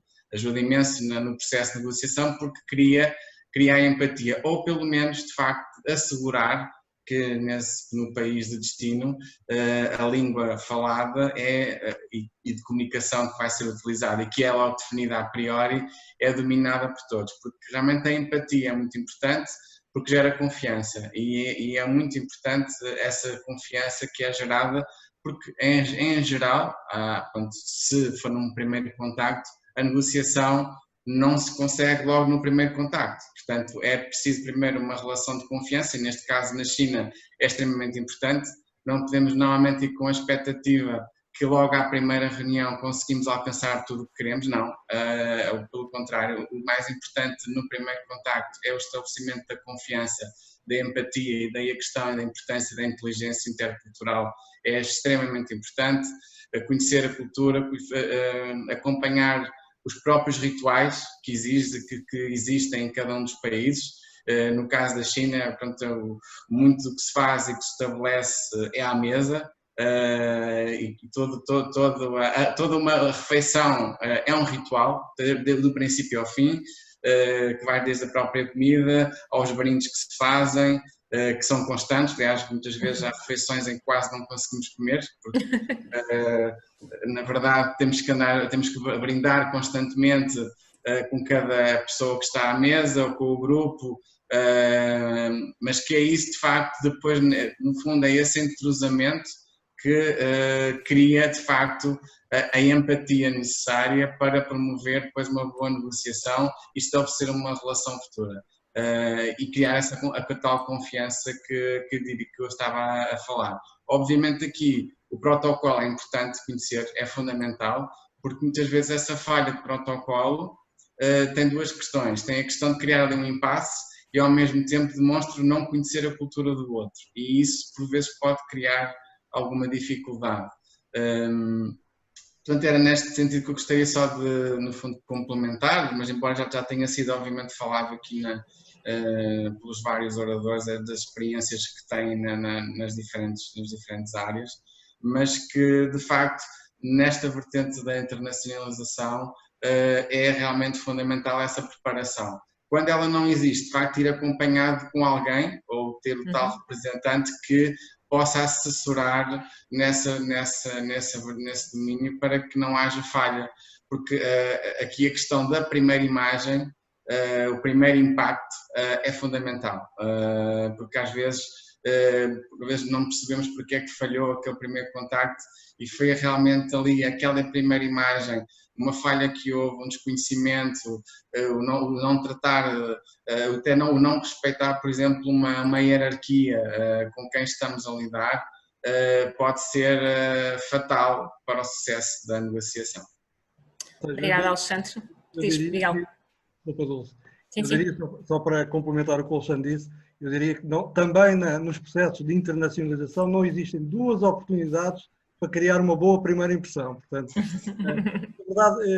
é verdade que, só para explicar aquele conceito da zona de conforto, nós na verdade estamos a operar, quando estamos num processo de internacionalização, temos que ter noção, a empresa tem que ter noção, que está a operar, no fundo está a interagir com zonas de conforto do país de destino. E, portanto, quer ao nível cultural, quer ao nível interpessoal ou ao nível organizacional. E, portanto, nós temos que fazer tudo, a empresa tem que fazer tudo, tem que dotar-se da inteligência necessária para conseguir manter o país de destino, seja o país num âmbito cultural, dos seus valores e dos seus valores simbólicos também, quer sejam as pessoas que lá trabalham e locais e decisores locais, é mantê-los sempre o mais possível na sua zona de conforto. Cada vez que tivermos um episódio que retire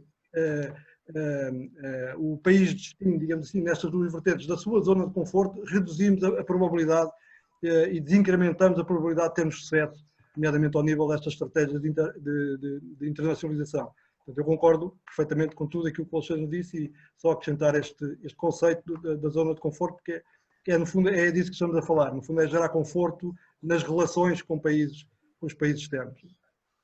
Obrigada, Miguel. Obrigada, Alexandre, pela participação, pelo feedback. Se mais alguém tem alguma coisa, nós estamos a ser pontuais, são 20 horas. Estamos aqui a nível cultural, não é muito costume Portugal cumprir horários, mas pronto. E até começámos 5 minutos mais tarde, Paula, mas acho que estamos a conseguir. Portanto, tenho a agradecer mais uma vez a todos os que se inscreveram e estiveram connosco estas 2 horas. Espero que tenhamos conseguido satisfazer as vossas expectativas e que tenham também retirado aqui mais algumas ideias, conselhos e fiquem com vontade também de saber mais e, portanto, brevemente teremos mais eventos nestas temáticas. Aos meus convidados, volto a agradecer a vossa disponibilidade, a vossa participação e que estiveram logo disponíveis assim que receberam o convite, e ao Isla de Leiria, mais uma vez, também agradecer a nossa parceria que iniciou com este primeiro evento, a confiança que, como disse aqui a Catarina, é importante na Finlândia, mas também em Portugal, portanto espero que comecemos hoje um relacionamento também interpessoal de confiança entre todos e, portanto, agradecer mais uma vez a todos e até breve.